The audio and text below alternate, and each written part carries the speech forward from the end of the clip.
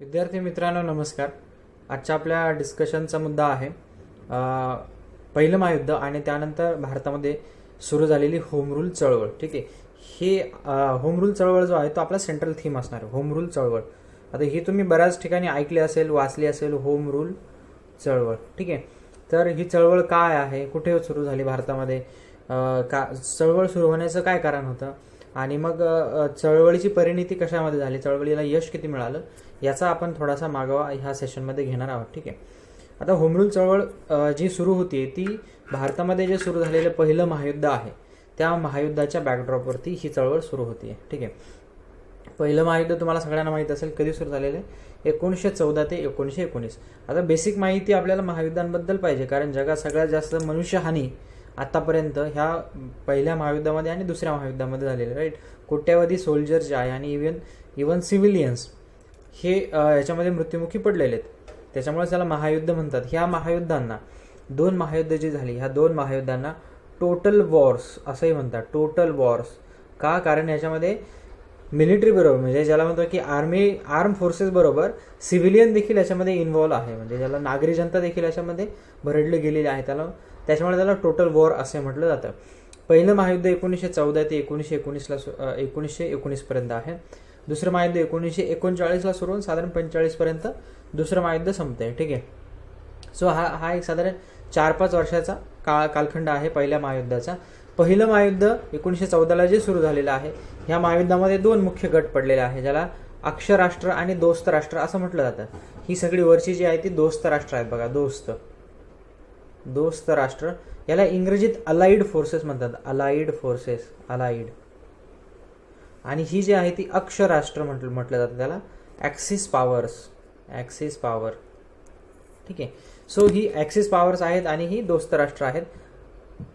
कोण आहेत म्हणजे ह्या दोन गटांमध्ये असलेले जे मेंबर्स आहेत हे आपल्याला माहीत असणं गरजेचं आहे की कुठला आहे. आता बघा, एक मोठा दोस्त राष्ट्रांचा गट जो बनलेला आहे त्या गटामध्ये ब्रिटन आहे, त्याच्यामुळे ब्रिटनचं पारडं जे आहे ते पहिल्यापासून बऱ्यापैकी जड आहे. आता ऑब्व्हियसली ब्रिटन जर ह्या दोस्त राष्ट्रांच्या गटामध्ये असेल तर भारत देखील दोस्त राष्ट्रांच्या गटातच असणार, कारण भारताने पहिल्या महायुद्धात देखील आणि दुसऱ्या महायुद्धात देखील ब्रिटनला मदत, म्हणजे याला म्हणतो की आपण लष्करी मदत तर केलीच, पण पैसाही भरपूर पुरवला, अन्नधान्यही भरपूर पुरवलं होतं. ब्रिटन आहे. ब्रिटनचा मित्र जो आहे तो आहे फ्रान्स.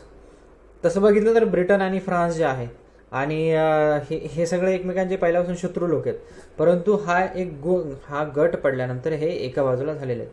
त्यानंतर मोठा देश रशिया जो आहे तो, रशियाला ह्या युद्धामध्ये येण्याचं कारण म्हणजे काय की जो पूर्व युरोप जो आहे, पूर्व युरोपमध्ये असलेलं सर्बिया वगैरे, तिथं असलेले स्लाव वंशीय लोक वगैरे, तर तिथे इंटरेस्ट आहे.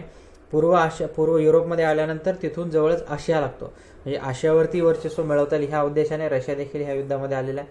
अमेरिका 1917 ह्या युद्धामध्ये एंटर करतोय. अमेरिकेचे एंट्री करण्याचं कारण काय आहे की जर्मनीने काय केलं, यू बोट्स तयार केले होते. यू बोट्स म्हणजे आता जशा आपल्याकडं आपण बघतो ना जशा सबमरीन्स असतात, तशा ह्या जर्मनीच्या यू बोट्स होत्या आणि ह्या यू बोट्स ह्या अमेरिकेच्या विरुद्ध काम करत होत्या. कुठल्या तरी यू बोटने अमेरिकन जहाज वगैरे बुडवलं. अमेरिका 1917 लेट आलेली, 1917 युद्धामध्ये आलेली आणि जपान आणि इटली हे दोघे या दोस्त राष्ट्रांच्या गटामध्ये. त्याच्या व्हर्सेस कोण आहे, ऑस्ट्रिया हंगेरी. युरोपातलं त्यावेळेस एक मोठं प्रबळ आणि भौगोलिकदृष्ट्या देखील मोठं असलेलं हे साम्राज्य युद्धानंतर हे दोन देश फुटलेले आहेत. ऑस्ट्रिया वेगळा झाला आणि हंगेरी वेगळा झालेला आहे पहिल्या महायुद्धानंतर. परंतु युद्धाच्या वेळेस काय, ऑस्ट्रिया हंगेरी एक मोठा एम्पायर आहे, त्याचबरोबर तुर्की आहे आणि जर्मनी आहे. ठीक आहे, तुर्की म्हणा किंवा तुर्कस्तान म्हणा, आता तुर्की बऱ्याच न्यूजमध्ये असतो बघा, एर्दोगन जे आहेत ते. ठीक आहे, तुर्की देश आहे तुर्कस्तान आणि त्यानंतर आहे जर्मनी. आता हा तुर्की देश याच्यामध्ये कसा आला तर तुर्की देशाला ओढलं गेलं होतं पहिल्या महायुद्धामध्ये. तुर्की जर बघितलं तुम्ही तर एका बाजूला इकडे युरोप आहे, एका बाजूला इथं आशिया आहे आणि दोन्हीच्या जॉईंटवरती हा तुर्की नावाचा देश आहे. त्याच्यामुळे खूपच इम्पॉर्टंट देश आहे. आजही त्याच्याविषयी खूप चर्चा होत असतात बघा. युरोपियन राष्ट्र देखील तुर्कीच्या अंतर्गत राजकारणामध्ये लक्ष घालताना आपल्याला दिसतात. तुर्की नाटोचा सदस्य देखील आहे. नॉर्थ अमेरिकन ट्रिटी अलायन्स जे आहे नाटो, युरोपियन देशांची किंवा पाश्चिमात्य देशांची मिलिटरी ऑर्गनायझेशन तुर्की 1453 साली तुर्कांनी कॉन्स्टँटिनोपल जिंकलं 1453 साली, आणि तेव्हापासून तिथे जे आहे तुर्की किंवा तुर्क वंशाचे जे लोक आहे, इस्लाम रिलिजन असलेले ह्या सगळ्या ह्या लोकांचा देश आहे तुर्की. आणि जर्मनी आहे, मोठा असलेला जर्मनी आहे, बिस्मार्क आहे. जर्मनी देखील साम्राज्य आहे. जर्मनीचं एकीकरण झालेले 1870 मध्ये जर्मनीचं एकीकरण झालेले 1870. म्हणजे जर्मनी आधी तुकड्या तुकड्यांमध्ये आहे, म्हणजे छोटे छोटे देश आहेत. जर्मनिक भाषा बोलणारे छोटी छोटी संस्थानं राज्य आहेत, आणि ह्या सगळ्या राज्यांना संस्थानांना एक केलेलं आहे, बिस्मार्कने केलेले एक केलेले, आणि जर्मनी नावाचा एक मोठा देश तयार झालेला आहे. म्हणजे आपण जर बघितलं तर ह्या वरचे जे देश आपल्याला दिसतात, म्हणजे दोस्त राष्ट्र जे दिसतात, हे बऱ्यापैकी पूर्णपणे नाही, काही लोकशाहीवादी देश आहेत. आणि इथे जे आहेत ते आपण म्हणूयात की हे पूर्णपणे साम्राज्यवादी देश आहे किंवा साम्राज्यच आहेत. तसं ब्रिटनही साम्राज्यवादी आहे, फ्रान्स देखील आहे, अमेरिका म्हणायला लोकशाहीवादी परंतु साम्राज्यवादाचं ज्याला म्हणतं की साम्राज्यवादी वृत्ती अमेरिकेचे देखील आहे. जपान आणि इटली, जपान देखील साम्राज्यवादी मनोवृत्तीचा आहे. इथे स्टार केलेले हे जे तुम्हाला दिसतंय जपान, इटली आणि जर्मनीला इथे जो स्टार केलेला आहे हा कशामुळे केलेला आहे? हे 3 जे देश आहेत हे दुसऱ्या महायुद्धामध्ये ह्या 3 देशांना ॲक्सिस पॉवर म्हटलं गेलेलं आहे, अक्षगट म्हटलं गेलेलं आहे. दुसऱ्या महायुद्धामध्ये हे 3 देश एकत्र आलेले आणि बाकीचे जे देश आहेत ते त्याच्या अगेन्स्ट गेलेले आहेत. पहिलं महायुद्ध सुरू झालेलं आहे 1919 पर्यंत चाललेलं आहे. 1919ला मग करार होऊन ते युद्ध संपलेलं आहे. आता ह्या युद्धाच्या काळातच भारताचा जो राष्ट्रवाद आहे, इंडियन नॅशनलिझम जो आहे तो मॅच्युअर होत गेलेला. आता मॅच्युअर होत गेला म्हणजे काय, आपण बघितलं राष्ट्रवादाचा उदय कसा होतोय, विकास कसा होतोय. आता ही मॅच्युरिंग फेज आहे राष्ट्रवादाची, आणि ह्या पहिल्या महायुद्धाच्या नंतर भारतीय राष्ट्रवाद हा परिपक्व झालेला आपल्याला दिसतो. आणि म्हणूनच म्हणजे 1919ला साधारणपणे हे महायुद्ध संपतंय. त्यावेळी भारताची परिस्थिती काय, भारत हा राजकीय स्पेअरमध्ये, ज्याला म्हणतो की आपण इलेक्शन देखील इंडियन स्वतःचे येते, भारतीय लोक इलेक्शन देखील लढवायला लागले. ते राजकीयदृष्ट्या अवेकनिंग जे आहे ती देखील मोठ्या प्रमाणात झालेली आहे. आता एका बाजूला जे पहिलं महायुद्ध सुरू आहे, ह्या महायुद्धाला भारतीय राष्ट्रवादी लोक जे आहेत म्हणजे नॅशनलिस्ट लीडर आहेत, ह्या नॅशनलिस्ट लीडरने कशा प्रकारे रिस्पॉन्ड केलेले, काय प्रतिक्रिया दिलेली आहे किंवा यांचा स्टँड काय आहे. तर आपण जर बघितलं तर एक गोष्ट इथे दिसून येते बघा, काय की मवाळ आणि जहाल म्हणजे दोन्ही गट असू द्या, या दोन्ही गटांनी युद्ध प्रयत्नांना पाठिंबा दिलेला आहे. म्हणजे काय, ब्रिटन युद्ध लढतोय आणि ब्रिटनला आपण युद्धामध्ये मदत केलीच पाहिजे. ह्या काळामध्ये ब्रिटनला जर आपल्याला मदत करता नाही आली तर ब्रिटनला विरोध देखील करू नये. म्हणजे भारतीय राजकारणामध्ये आपण शांतता ठेवावी, कुठलेही आंदोलन ब्रिटिशांच्या विरोधात करू नये. का, कारण ब्रिटिशांचं पूर्ण लक्ष जे आहे ते युद्धामध्ये आहे. मग ह्या युद्धाला भारतीय लोकांनी सपोर्ट करायचं का ठरवलेलं आहे, तर मवाळ्यांचं कारण असं आहे की ही आपली ड्युटी आहे. It is our duty to support the empire. ही आपली ड्युटी आहे. कारण काय, मवाळ हे पहिल्यापासून लॉयल आहेत. आपण बघितलं पहिलं अधिवेशन जे झालं मुंबईला 1885, त्याच्यातच लॉयल्टी सांगितलेली की we are loyal to the empire. मग आपलं कर्तव्य म्हणून मवाळांनी ह्या युद्धाला पाठिंबा दिला. दुसरी गोष्ट काय होती, मवाळांचं असं म्हणणं होतं की ब्रिटन हा लोकशाहीसाठी लढणारा देश आहे, परंतु तसं काही नव्हतं. आणि जहालांनी देखील युद्ध प्रयत्नांना पाठिंबा दिला, परंतु कारण मात्र वेगळं होतं. जहालांचं म्हणणं काय आहे की ह्या युद्धामध्ये आपण ब्रिटिशांना किंवा ब्रिटनला, इंग्लंडला पाठिंबा दिला तर त्या पाठिंब्याच्या बदल्यात भारतामध्ये आपल्याला काही राजकीय सुधारणा मिळतील आणि ज्याची परिणती स्वातंत्र्यामध्ये देखील होऊ शकते. म्हणजे काय, आपण त्यांना मदत केली तर ते आपल्याला काहीतरी गिफ्ट देतील परत. हा उद्देश जो आहे तो जहालांचा आहे. मात्र तिसरा जो स्टँड आहे क्रांतिकारकांचा, ह्या क्रांतिकारकांचं म्हणणं काय की आपण कुठल्याही परिस्थितीत ब्रिटिशांना पाठिंबा द्यायला नकोय, उलट ही आपल्यासाठी एक संधी आहे आणि ह्या संधीचा फायदा घेऊन आपण भारताला स्वातंत्र्य मिळवून दिलंच पाहिजे. आणि मग आपल्याला दिसतं की साधारण तुरळकपणे काही रिव्होल्युशनरी ॲक्टिव्हिटीज ज्या आहेत ते ह्या काळामध्ये चालू आहेत. म्हणजे गदर पार्टीचं आंदोलन अमेरिकेत सुरू होतंय किंवा गदर आंदोलनाचं आपल्याला पडघम जे आहे ते 1914लाच गदर आंदोलन आहे, 13-14, म्हणजे ह्याच काळामध्ये गदर आंदोलन देखील शेप घेत आहे. त्याच्यानंतर बर्लिन कमिटी आहे, युरोपमध्ये असलेली बर्लिन कमिटी. सिंगापूरला ज्याला म्हणतो की सैन्याचा उठाव झालेला आहे, बंड झालेले आहे सिंगापूरच्या, ज्याला आपण रेजिमेंट म्हणूयात किंवा सिंगापूरला असलेलं सैन्य, भारतीय सैन्य. तर क्रांतिकारकांचं एक म्हणणं आहे की आपल्याला आता क्रांतीच्या जोरावर, ब्रिटनचं लक्ष तिकडे युरोपमध्ये आहे, तर त्या बेसावत असलेल्या ब्रिटनचा आपल्याला फायदा करून आपल्या भारताला स्वातंत्र्य मिळवून घ्यायचं आहे. हे साधारण 3 स्टँड राष्ट्रवाद्यांच्या आपल्याला इथे दिसून येतात. ठीक आहे, क्रांतिकारकांबद्दल आपण नंतर बोलणारच आहोत. आता आपला जो सेंट्रल थीम आहे ती आहे होम रूल चळवळ. होम रूल चळवळ जे आहे ते आपल्याला बघायचे आहे. आता बघा, आपण बॅकग्राऊंड बघितलं की पहिलं महायुद्ध आता सुरू आहे. पहिल्या महायुद्धाच्या काळामध्ये काय झालेलं आहे की भारतामध्ये एकतर जहाल आणि मावळ पाठिंबा देतात, राहिलं कोण? क्रांतिकारक. मग क्रांतिकारकांना दडपण्यासाठी कडक कायदे ह्या काळामध्ये केले गेले. पहिल्या महायुद्धाच्या काळामध्ये कायदे कडक झालेले आहेत क्रांतिकारकांच्या ॲक्टिव्हिटीज थांबवण्यासाठी. आता हा जो काळ आहे, म्हणजे आपण जर बघितलं, पर्टिक्युलरली जर बघितलं 1907ला काय झालं होतं, आठवा बरं 1907ची इव्हेंट काय, मेजर इव्हेंट काय, तर सुरत फूट किंवा सुरत स्प्लिट ज्याला म्हणतो आपण, जहाल आणि मावळ यांच्यामध्ये झालेली फूट जे आहे, जहालांना काँग्रेसच्या बाहेर काढून दिलेला आहे. रासबिहारी घोष जे आहे ते सुरतच्या अधिवेशनाचे अध्यक्ष होते आणि ते एकदम ज्याला म्हणतात ना, टिळक महाराजांचा जो ग्रुप आहे, टिळकांना टिळक महाराज म्हटलं जायचे, टिळक महाराज म्हणायचे, टिळक महाराजांचा जो ग्रुप आहे त्या ग्रुपने केलेला सगळा तो दंगा, त्या अधिवेशनामध्ये चप्पल मारणं, बुटं वगैरे फेकून मारलेले आहेत एकमेकांना, हा सगळा गोंधळ झाला. 1907ला सुरतमध्ये फूट पडली, काँग्रेस फुटली आणि आता ब्रिटिशांना असं वाटतं की काँग्रेस संपणार आहे. आणि एक प्रकारे जर बघितलं तर ब्रिटिशांचं काही प्रमाणात हे खरं होतं.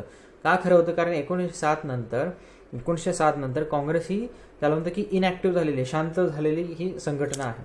कुठलेही आंदोलन नाही आहे, कुठले राजकीय नेते जे आहेत ते ब्रिटिशांना कन्फ्रंट करत नाही आहे.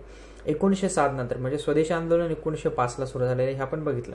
स्वदेशीचं आंदोलन 1905ला, 1905 पासून साधारण 1908 पर्यंत स्वदेशीचं आंदोलन हे एकदम जोरदार मोठ्या प्रमाणात सुरू झालेलं आहे.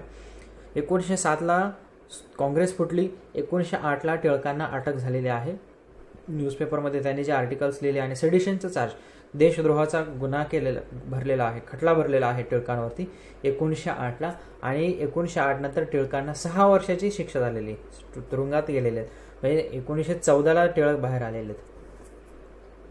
1908 ते 1914 हा जो काळ आहे, म्हणजे काँग्रेस इनॅक्टिव्ह झाली आणि जहालांचा जो गट आहे त्यांचे जे नेते ते देखील अटकेत गेलेले. त्याच्यामुळे एकंदरीत आपल्याला असं दिसतं की हा पॉलिटिकली इनॅक्टिव्हिटी, म्हणजे ज्याला म्हणतं की राजकीयदृष्ट्या निष्क्रियतेचा हा एक कालखंड आपल्याला बघता येतो. मग आता ह्या निष्क्रिय असलेल्या कालखंडामध्ये क्रांतिकारकांनी काही तुरळक ठिकाणी ॲक्टिव्हिटीज आपल्या सुरू केल्यात, परंतु त्यांना पकडण्यासाठी, त्यांच्या ॲक्टिव्हिटीवरती बंधनं आणण्यासाठी ब्रिटिशांनी कायदे वगैरे कडक केलेले. मग आता कुठली राजकीय चळवळ नाही आहे, कुठला राजकीय प्रोग्राम नाही आहे, ह्या काळामध्ये काय केलं पाहिजे आता? मग ह्या काळामध्ये एक नवीन चळवळ भारतामध्ये आणली जाते, जिचं नाव आहे होम रूल चळवळ, होम रूल मुवमेंट. आणि होम रूल चळवळीचे जनक किंवा 2 मोठी नावं होम रूल चळवळमध्ये, ॲनी बेझंट आणि लोकमान्य टिळक, हे 2 आहेत. Home rule movement. आता होम रूल या शब्दाचा अर्थ काय होतो बघा. होम म्हणजे स्वतःचं घर आणि रूल म्हणजे त्याच्यावरती असलेलं राज्य. आमच्या घरावरती आमचं राज्य असू द्या, म्हणजे होम रूल चळवळ किंवा होम रूल त्याला असं म्हटलं जातं. थोडक्यात सेल्फ गव्हर्नमेंट, आम्हाला सेल्फ गव्हर्नमेंट करू द्या. परंतु सेल्फ गव्हर्नमेंटचा अर्थ इथे लक्षात घ्या, स्वराज नाही आहे किंवा कम्प्लीट इंडिपेंडन्स, पूर्ण स्वराज, स्वातंत्र्य वगैरे याचा अर्थ होत नाही. आम्ही तुमच्या ब्रिटिश कॉमनवेल्थमध्येच राहू, म्हणजे आम्हाला सार्वभौमत्व नको, आम्ही एक स्वतंत्र देश म्हणून आम्हाला नको. आम्हाला काय पाहिजे? सेल्फ गव्हर्नमेंट, म्हणजे आमचे राजे तुम्हीच, परंतु इथला कारभार आमच्या हातात द्या. That is called as a home rule movement. स्वयंशासनाचा अधिकार आम्हाला द्या, सेल्फ गव्हर्नमेंटचा अधिकार आम्हाला द्या. आम्ही सेल्फ गव्हर्नमेंट करू, परंतु आम्ही राहू मात्र ब्रिटिश कॉमनवेल्थमध्ये. ठीक आहे, म्हणजे जसं ब्रिटिशांनी कॅनडा असेल, ऑस्ट्रेलिया, न्यूझीलंड ह्या ज्या व्हाईट कॉलनीज होत्या, व्हाईट कॉलनीजमध्ये होम रूल दिलेलं आहे, एक प्रकारे होम रूल दिलेलं आहे. इव्हन आयर्लंडमध्ये देखील अशा पद्धतीनं झालेलं आहे की तिथल्या लोकांना तिथलं प्रशासन चालवण्याचा अधिकार आहे. म्हणजे तुम्ही जर बघितलं तर 20व्या शतकात कॅनडाला जे आहे ते हे भेटलेलं आहे. 1930-31च्या आसपास कॅनडाला स्वातंत्र्य दिलेलं आहे. ऑस्ट्रेलिया तर एकदम रिसेंटली स्वतंत्र झालेला देश आहे, पूर्णपणे सॉव्हरेन झालेला. म्हणजेच काय की स्वतःचं शासन स्वतः करण्याचा अधिकार आम्हाला हवा आहे. आता ही जी चळवळ आहे होम रूल चळवळ, अशा प्रकारची चळवळ याच्या आधी आयर्लंडमध्ये झालेली आहे. आयर्लंडमध्ये एक मोठी चळवळ अशी झालेली आहे. त्या चळवळीचं नाव होम रूल मुवमेंट होतं. म्हणजे आयर्लंड हा, तुम्ही जर बघितलं, आयर्लंड आजही तुम्ही जर ब्रिटनचा मॅप जर बघितला तर नॉर्दर्न आयर्लंड जो आहे तो ग्रेट ब्रिटनचा, युनायटेड किंगडमचा भाग आहे, युकेचा भाग आहे. आजही तुम्ही जर बघितलं नॉर्दर्न आयर्लंड युकेचा भाग आहे आणि नॉर्दर्न आयर्लंड म्हणजे उत्तर आयर्लंडच्या वरचा असलेला आयर्लंड हा स्वतंत्र देश आहे. ठीक आहे. सो अशा पद्धतीने आयर्लंडमध्ये चळवळ सुरू होती, जिचं नाव मूळचं जे ह्या चळवळीचं मूळ ठिकाण जे ते आयर्लंड आहे. चळवळ जी सुरू झाली होती ती एका लीगच्या स्थापनेने झाली होती, जिचं नाव होतं Irish home rule league. Irish home rule league. League म्हणजे एक प्रकारची संघटना आपण त्याला म्हणूयात. मग ह्या चळवळीप्रमाणे, ह्या लीगप्रमाणे भारतामध्ये देखील अशा लीग ज्या आहेत त्या सुरू झालेल्या आहेत. 2 होम रूल लीग भारतामध्ये सुरू झालेल्या आहेत. एक आहे ॲनी बेझंट यांनी सुरू केलेली आणि दुसरे आहे लोकमान्य टिळक यांनी सुरू केलेली. ॲनी बेझंट यांनी 1916च्या सप्टेंबरमध्ये केली. त्याच्या आधी एप्रिल 1916मध्ये टिळकांनी आपली होम रूल चळवळ जी आहे ती किंवा होम रूल लीग जी आहे ती सुरू केलेली आहे. एरिया देखील त्यांनी आपला स्वतःचा ठरवून घेतलेला आहे. ॲनी बेझंट यांच्याकडे काय आहे, मुंबई आहे, कोलकाता आहे, कानपूर आहे, मोठा एरिया आहे. टिळकांकडे काय आहे की मुंबई वगळता बाकीचा सगळा प्रदेश टिळकांकडे दिलेला आहे. बॉम्बे आहे, त्याच्यामध्ये कर्नाटक वगैरे हे सगळे प्रदेश आहे. ते आपल्याला बघायचं आहे कुठे आहे ते. ठीक आहे. सो अशा पद्धतीने म्हणजे राजकीय व्हॅक्युम आहे आणि म्हणून एक मुवमेंट जी आता इथं मोठ्या प्रमाणात सुरू झालेली आहे. आता लीडर्स कोण आहेत होम रूल मुवमेंटचे? ॲनी बेझंट आहेत. ॲनी बेझंट कोण आहेत बघा. ॲनी बेझंट ह्या एक आयरिश लेडी आहे, आयर्लंडच्या आहेत त्या, म्हणजे मूळच्या आयर्लंडच्या असलेल्या आयरिश लेडीने भारतामध्ये ही होम रूल मुवमेंट सुरू केलेली आहे. तसं बघितलं तर ॲनी बेझंट कोण आहेत? ॲनी बेझंट हे थिओसॉफिकल सोसायटीच्या मेंबर आहेत. थिओसॉफिकल सोसायटी, थिओसॉफिकल प्रश्न विचारलेला आहे. थिओसॉफिकल सोसायटीची भारतामध्ये स्थापना कोणी केली? मॅडम ब्लावत्स्की आणि कर्नल ऑल्कट. ठीक आहे. सो ह्या दोघांनी मिळून जे ती अमेरिकेमध्ये 1875मध्ये स्थापना केली थिओसॉफिकल सोसायटीची. थिओसॉफिकल सोसायटी आपण बघितलं, भारतीय ज्ञान, भारतीय परंपरा, भारतीय संस्कृतीविषयी आदर असलेले लोक आणि भारतीय संस्कृती, भारतीय धर्म यांचा प्रचार आणि प्रसार करणे, त्यांना रिव्हाइव्ह करणे, ब्रिटिशांमुळे लयाला गेलेली भारतीय संस्कृती परत एकदा रिव्हाइव्ह करणे, त्यासाठी थिओसॉफिकल सोसायटीची स्थापना झालेली आहे. ॲनी बेझंट ह्या थिओसॉफिकल सोसायटीच्या मेंबर आहेत आणि त्या अध्यक्ष देखील थिओसॉफिकल सोसायटीच्या आहेत. सेंट्रल हिंदू कॉलेज त्यांनी स्थापन केले. याच्यावरून तुम्हाला कळेल बघा की थिओसॉफिकल सोसायटीचा उद्देश काय आहे. सेंट्रल हिंदू कॉलेज बनारसला स्थापन केलेले. बनारसला म्हणजे आत्ताचं जे काशी आहे बनारसमध्ये ॲनी बेझंट यांनी सेंट्रल हिंदू कॉलेज स्थापन केलेले 1914-15च्या आसपास. आणि नंतर पंडित मदन मोहन मालवीय यांनी काय केले, ह्या सेंट्रल हिंदू कॉलेजच्या नंतर BHU केलेले. न्यूजमध्ये असतं बघा, बनारस हिंदू युनिव्हर्सिटी. ठीक आहे. सो ॲनी बेझंट ज्या आहेत त्या थिओसॉफिकल सोसायटीचा मेंबर आहे. भारतीय परंपरा, त्यांना भारतीय परंपरांचा गौरव.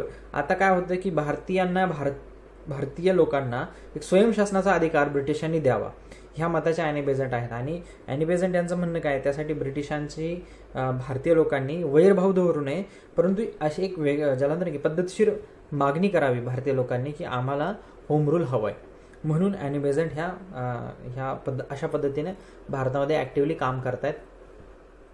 तसं जर बघितलं तर ज्यावेळी सगळे भारतीय राजकारणी, आपला तेवढा बोलण्याचा अधिकार तर निश्चितच नाही आहे, परंतु रिलेटिव्हली जर बघितलं तर एक शांततेचा कालखंड आहे. भारतीय राजकारणी शांत आहेत आणि भारतीय राजकारणी शांत असताना त्या काळामध्ये एक परदेशी स्त्री भारतात येऊन भारतीय धर्म, भारतीय परंपरांचा, संस्कृतीचा अभ्यासही करते आणि भारताला स्वयंशासन देण्यासाठी पुढाकार घेते आणि आंदोलने देखील सुरू करते. ॲनी बेझंट ह्या आहेत. ठीक आहे.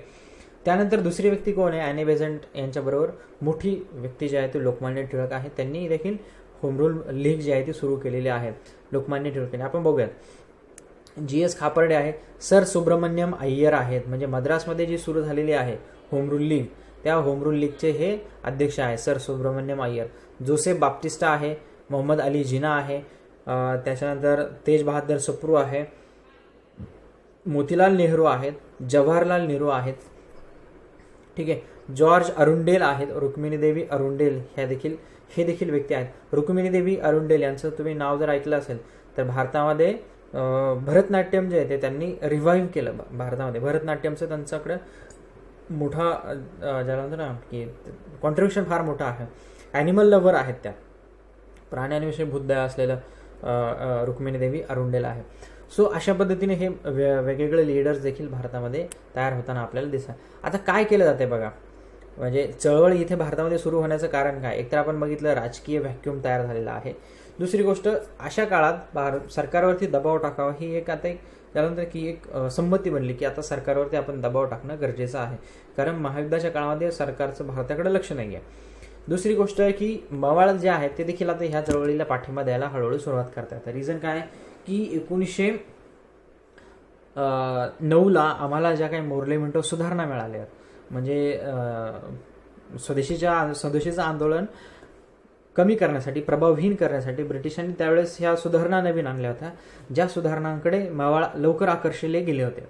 परंतु ह्या सुधारणावरती मावळ देखील नंतर हे नाराज झालेले आहेत. वॉर टाईम मिझरी ज्याला म्हणतो आपण, म्हणजे युद्धकालीन लोकांना झालेल्या यातना ज्या आहेत, म्हणजे कर वाढलेले, टॅक्सेशन जे आहे ते हायर टॅक्सेशन आहे, महागाई वाढलेली, भाववाढ झालेली आहेत, लोकांकडून जबरदस्तीने धान्य वगैरे इथून घेऊन जात आहेत, जबरदस्तीने सैन्य भरती देखील केली जाते, फोर्सफुल ज्याला म्हणतात की रिक्रुटमेंट भारतामध्ये झाली. गांधीजींनी त्याला समर्थन दिलं होतं की भारतीयांच्या ज्या काही फोर्सफुल रिक्रुटमेंट आहेत त्याला गांधीजींनी समर्थन दिलं होतं. अशा पद्धतीनं आता एक वातावरण तयार होतं की आता सरकारवरती दबाव आपण टाकला पाहिजे.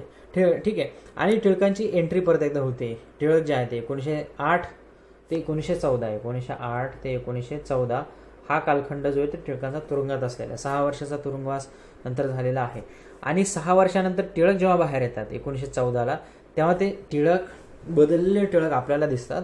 टिळकांनी ह्यावेळेस बाहेर आल्यानंतर ब्रिटिशांशी आपण लॉयल आहोत अशी घोषणा केलेली आहे. 1914ला आपण लॉयल आहोत अशी घोषणा केलेली. सुरुवातीला टिळकांनी काय केलेलं आहे, स्वराज्य हा माझा जन्मसिद्ध हक्क आहे, स्वराज्यासाठी लढणारे टिळक आहेत, स्वातंत्र्यासाठी लढणारे टिळक आहे, क्रांतिकारकांना फौज देणारे टिळक आहे, रँडचा वध करण्यामागे टिळकांचा हात आहे असं म्हटलं जातं. शिवजयंती असेल, गणेशोत्सव असेल, ही संघटना लोकांना लोकांमध्ये एकी तयार करण्यासाठी सुरू केलेले सण उत्सव असू देत. परंतु ह्या काळामध्ये 6 वर्षाच्या तुरुंग काळामध्ये टिळक बदलून आलेले. 1914ला आल्यानंतर ते ब्रिटिशांशी लॉयल आहेत आणि ब्रिटिशांना इथून ओव्हरथ्रो करायचं नाही आहे, मात्र तुम्ही आम्हाला आमचे काही अधिकार द्या, ही टिळकांची आता भूमिका आहे. आणि एकंदरीत टिळक जे ते थोडेसे मवाळांच्या जवळ जात आहेत. ते काय म्हणतात की आम्हाला सरकार उलथवून टाकायचं नाही, आम्हाला प्रशासकीय सुधारणा इथं हव्यात, म्हणजेच एक प्रकारे तुम्ही आम्हाला इथं काय द्या, होम रूल द्या. ठीक आहे. सो ह्या सगळ्या गोष्टींमुळे किंवा अशा पद्धतीचं जे आता वातावरण इथं तयार झालेलं आहे, ह्या वातावरणाचा एक परिपाक म्हणून होम रूल लीग जे आहेत ते भारतामध्ये सुरू झालेल्या आहेत. आता बघा 1914चं सेशन झालेलं आहे. सत्येंद्र प्रसाद सिन्हा काँग्रेसचे अध्यक्ष त्यावेळेस बनलेले आहेत आणि ह्या 1914 पर्यंत जहाल आणि मावळ एकत्र येतच नाहीत. आणि टिळक तर तुरुंगातून बाहेर आले. आता टिळकांना कळलंय की आपल्याला जर राजकीय कार्य आपल्या पूर्वीसारखं जोमाने जर करायचं असेल तर आपल्याला आता काँग्रेसची गरज आहे. लक्षात घ्या, इव्हन काँग्रेसच्या स्थापनेमध्ये देखील टिळक नाही आहे. 1885ला काँग्रेस जी स्थापन झाली त्यातही टिळक नाही आहे. परंतु टिळकांना आता एक गोष्ट लक्षात आली की काँग्रेसकडे संघटन जास्त आहे, काँग्रेसचे कार्यकर्ता मोठे आहेत. एखादा मेसेज खेडेगावापर्यंत पोहोचवायचा तर तो काँग्रेसच्या माध्यमातून लवकर पोहोचवता येईल. एखादा मेसेज, एखादं आंदोलन अधिक परिणामकारक जर करायचं असेल तर काँग्रेसशिवाय पर्याय नाही, हे टिळकांना आता कळते. म्हणून टिळक काय करतात, काँग्रेसमध्ये जाण्याचा प्रयत्न करतात आणि टिळकांना काँग्रेसमध्ये घ्या अशी भूमिका अॅनी बेझंट आता घेत आहेत. म्हणजे अॅनी बेझंट जे आहे ते फार प्रयत्न करतात की टिळकांना तुम्ही काँग्रेसमध्ये घ्या, परंतु थोडासा विरोध आहे. फायनली 1915ला जे आहे ते टिळकांना काँग्रेसमध्ये देखील प्रवेश मिळतोय. ठीक आहे. आता बघा, काँग्रेसमध्ये गेलेत हे 1915ला आणि बेझंट जे आहे, अॅनी बेझंट यांनी काय सांगितलेलं आहे की आम्हाला ब्रिटिश वसाहतींप्रमाणे, म्हणजे जसं कॅनडा आहे, ऑस्ट्रेलिया आहे, न्यूझीलंड आहे, ह्या गोऱ्या वसाहती व्हाईट कॉलनी ज्या आहेत त्यांच्याप्रमाणे आम्हालाही सेल्फ गव्हर्नमेंट मिळावं. त्यासाठी 1915ला अॅनी बेझंट यांनी मोहीम सुरू केलेली आहे, प्रचार वगैरे सुरू केलेले आहेत. आता ह्याच काळामध्ये 1915-16मध्ये काय केलेलं आहे की काँग्रेसमध्ये गेल्यानंतर जहालने त्यांना काँग्रेसमध्ये प्रवेश मिळालेला आहे, म्हणजे टिळकांना प्रवेश मिळालेला आहे. परंतु तरीही काँग्रेस ही राजकीय कार्य करायला अजूनही तयार होत नाहीये. म्हणजे काय की अॅनी बेझंट फार प्रयत्न करतात की काँग्रेसचा आता अजेंडा होम रूल असावा. काँग्रेसने स्वतः मागणी करावी की आम्हाला होम रूल हवंय. काँग्रेसने आपले कार्यकर्ते तयार करावे आणि कार्यकर्त्यांना आंदोलनामध्ये पाठवावं होम रूलसाठी. परंतु काँग्रेस जी ती अशा पद्धतीचं कुठलंही कार्य करत नाही. उलट काँग्रेस काय सांगते आता की जर तुम्हाला असं काही कार्य करायचं असेल तर तुम्ही तुमच्या पद्धतीने होम रूलचं कार्य करा. काँग्रेसचा अजेंडा होम रूल बनणार नाही. म्हणून काय झालं, अल्टिमेटली 1915च्या 15ला हे क्लिअर झालेलं आहे आणि म्हणून 1916ला होम रूल लीग ज्या आहेत त्या सुरू झालेल्या आहेत. 1916लाच लक्षात असू द्या, 1916लाच जो इम्पॉर्टंट लखनौचा करार देखील 1916लाच आहे. लखनौच्या करारानुसार काय झालेलं आहे, जहाल मावळ एकत्र आलेले आहेत आणि दुसरी गोष्ट मुस्लिम लीग आणि इंडियन नॅशनल काँग्रेस देखील एकत्र आलेले आहेत राजकीय कार्यांसाठी. ठीक आहे. सो अशा पद्धतीनं आता म्हणजे काँग्रेसने क्लिअर केले की आम्ही होम रूल वगैरे काय करत नाही. काँग्रेसच्या बाहेर राहून आता होम रूल साठी चळवळ जी ती सुरू करावी लागणार आहे. मग टिळकांनी 1916च्या एप्रिल महिन्यामध्ये इंडियन होम रूल लीग स्थापन केलेली आहे.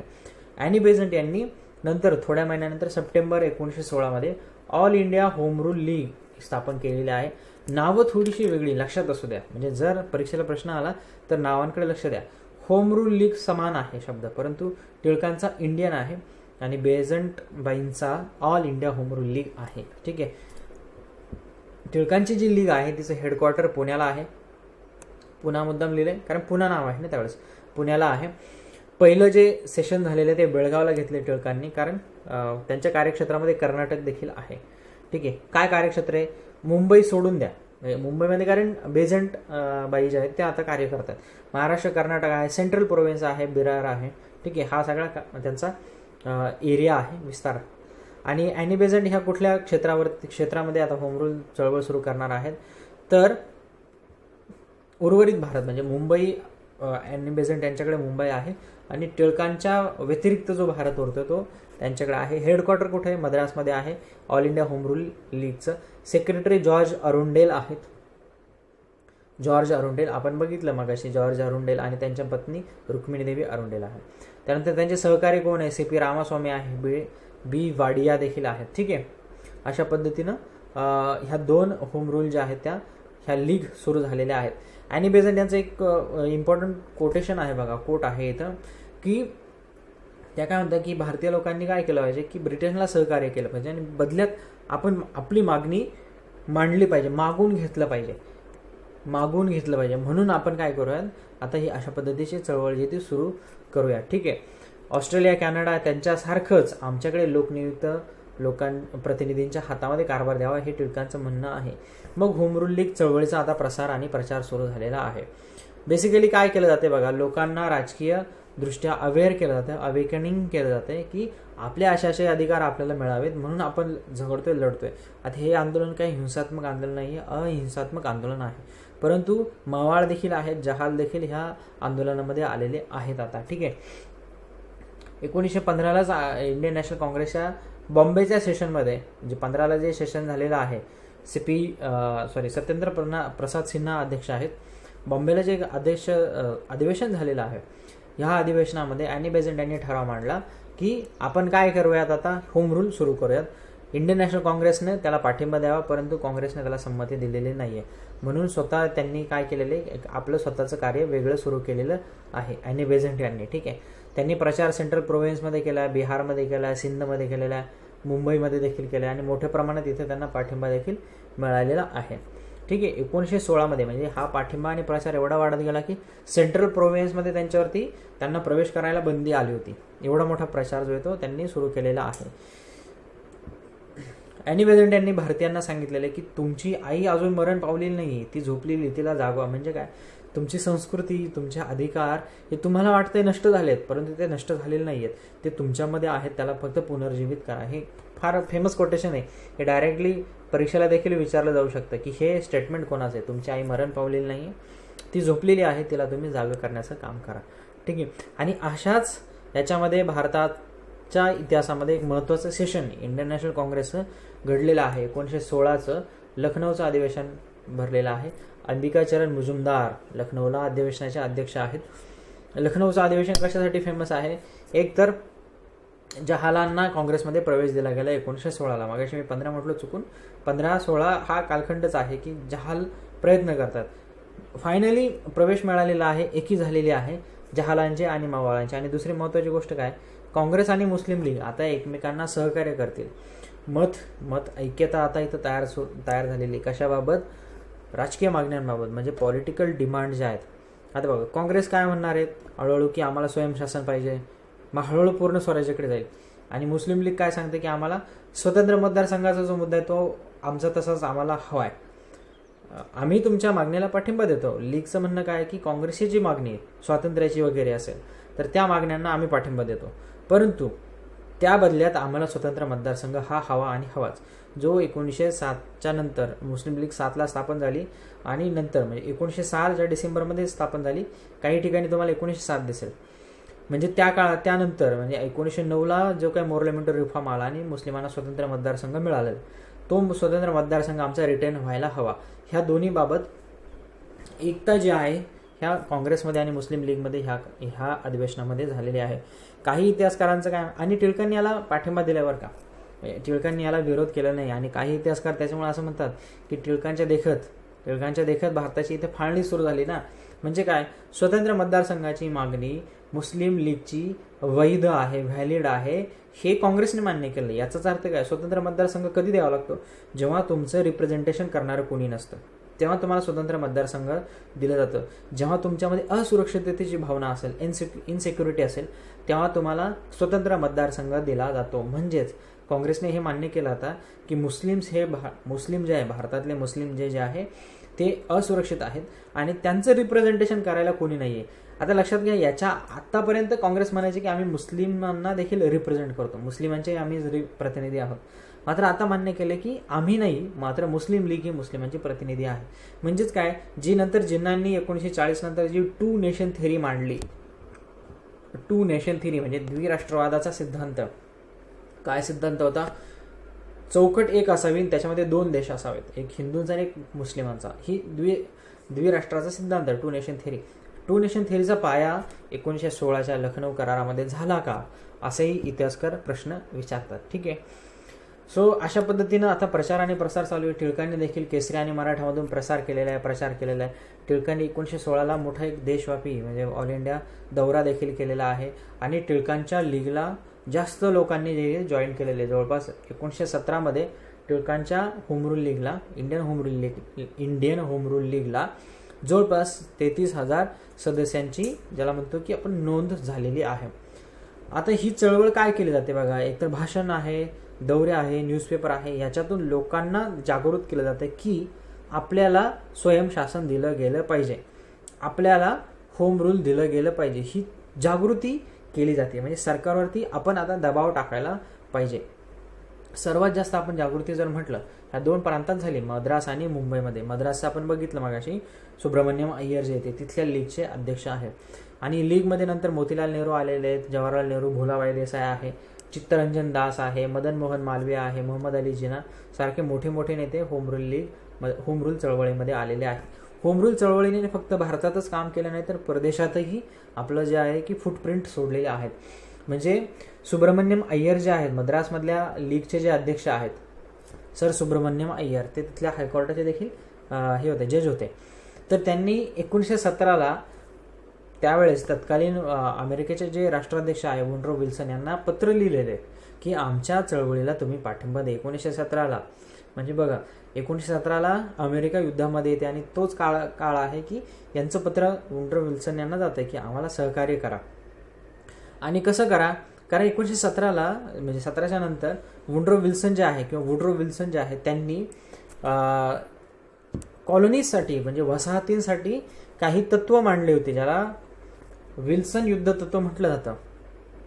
आता ही काय भानगडे बघा, म्हणजे एवढं आपल्याला हे परीक्षेला नाही पण माहीत असू दे. हे पहिलं महायुद्ध जेव्हा चालू होतं, हे पहिलं महायुद्ध कशावरून सुरू झालं, वसाहतींवरून. कोणाच्या जास्त वसाहती असतील, कोण कुठल्या वसाहती वाटून घेईल. आता त्यांच्यामध्ये भांडणं सुरू झाली, साम्राज्यवाद्यांमध्ये वसाहतीसाठी भांडणं सुरू झालेली आहेत. अमेरिका काय म्हणते, विल्सन काय म्हणतात की वसाहतींना स्वयंनिर्णयाचं तत्व लागू करा, सेल्फ डिटर्मिनेशन आफ्टर वॉर. युद्धानंतर वसाहतींना ठरवू द्या की त्यांना तुमच्याबरोबर राहायचं का स्वतंत्र व्हायचं. म्हणजे समजा एखादी अल्जेरिया नावाची समजा वसाहत आहे, ती फ्रान्सची वसाहत आहे, तर अल्जेरियाला सेल्फ डिटर्मिनेशनचा राईट द्यावा की अल्जेरियाला फ्रान्सची वसाहत म्हणून राहायचंय की स्वतंत्र व्हायचंय की अंतर्गत स्वायत्तता घेऊन फ्रान्सशी अटॅच राहायचं, हे ती अल्जेरिया ठरवेल, फ्रान्स ठरवणार नाही. ज्याला सेल्फ डिटर्मिनेशनचं तत्व म्हणतात, स्वयंनिर्णयाचं तत्व. जे लीग ऑफ नेशनचे बेसिक प्रिन्सिपल जे होते, लीग ऑफ नेशन नावाची संघटना पहिलं महायुद्ध संपत आलं त्यावेळेस तयार केलेली ही जगातली एक मोठी संघटना आहे. जसं आज युनायटेड नेशन आहे, युनायटेड नेशन्सचा पायाभरणी म्हणजे लीग ऑफ नेशन, ती नंतर नष्ट झाली आणि युनायटेड नेशन स्थापन झाली. पहिल्या महायुद्धाच्या शेवटी लीग ऑफ नेशन आणि दुसऱ्या महायुद्धाच्या शेवटी युनायटेड नेशन्स तयार झालेले आहे. जगातली भांडणं सोडवण्यासाठी, जगाचं कारभार व्यवस्थित करण्यासाठी अशा संघटना तयार झालेल्या आहेत. या लीग ऑफ नेशनमध्ये हे तत्व वुड्रो विल्सन यांनी टाकलेले सेल्फ डिटर्मिनेशनचं. आणि अय्यर यांचं म्हणणं काय की हे जे तत्व आहे सेल्फ डिटर्मिनेशनचं हे भारतात लागू करा आणि भारतीय लोकांना त्यांच्या इच्छेनुसार स्वयंनिर्णयाचं तत्व किंवा ज्याला आपण स्वयंशासन जे आहे ते द्यावं असं त्यांनी पत्र लिहिलेले इम्पॉर्टंट आहे. 1917ला जोसेफ बाप्टिस्टा जे आहेत ते इंग्लंडला गेलेले शिष्टमंडळ घेऊन गेलेले आहेत. टिळकांची जी लीग आहे त्या लीगमध्ये त्यांनी काम केलेलं आहे. जोसेफ बाप्टिस्टा जे आहेत ते होम रूल लीगमध्ये. ठीक आहे. 1918साठी टिळक स्वतः इंग्लंडला जायला निघालेत होम रूल लीगचा प्रचार करण्यासाठी. मात्र टिळकांना अडवलेले. कसं अडवलंय की टिळकांचा पासपोर्टच रद्द केलाय, तुम्ही जाऊ शकत नाही. अदरवाईज भारतातले बरेचसे व्यापारी वगैरे ह्या लोकांनी काय केले, टिळकांसाठी फंड जमा केला की टिळकांना आता आपण इंग्लंडला पाठवूयात. 1000 रुपयाचा निधी देखील जमा केला होता. ठीक आहे. मग त्यानं टिळकांनी काय केलेलं, मग स्वतः जाऊ शकले नाही, मग लाला लजपतराय यांना पाठवलेले, हार्डीकर यांना पाठवले, के शास्त्री यांना अमेरिकेत पाठवलेलं. आणि ह्या लोकांनी काय केलंय, सॅन फ्रान्सिस्कोला होम रूल लीगची शाखा स्थापन केली. इम्पॉर्टंट आहे. होम रूल लीगची देशाबाहेरची संघटना, देशाबाहेरची शाखा कुठे, सॅन फ्रान्सिस्कोला आहे. कोणी केली, लाला लजपतराय आणि के शास्त्री आहे, हार्डीकर आहेत, यांनी स्थापन केलेली आहे. टिळकांनी फ्रान्सचे पंतप्रधान जे आहेत क्लेमेंट शो त्यांना पत्र देखील लिहिलेलं आहे, आम्हाला पाठिंबा द्या म्हणून.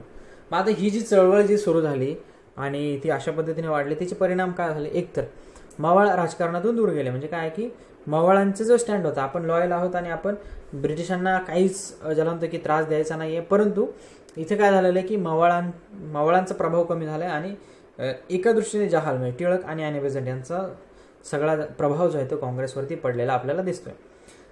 जहालांकडे सूत्र गेलेली, परत एकदा जहालांकडे सूत्र गेलेली आहेत. आता तसं जर बघितलं, इथं कोण जहाल नाहीये, कोण मावळ देखील शिल्लक राहिलेलं नाही, कारण टिळक आता थोडंसं मावळ झालेले आहेत आपण. त्याच्यामुळे आता ह्या कॅटेगरीज हळूहळू नष्ट होऊन जातील बघा. आणि जेव्हा गांधीजी येतात तेव्हा जहालही नाही आहेत आणि मावळ देखील नाहीत. ते 1920च्या आसपास. ठीक आहे.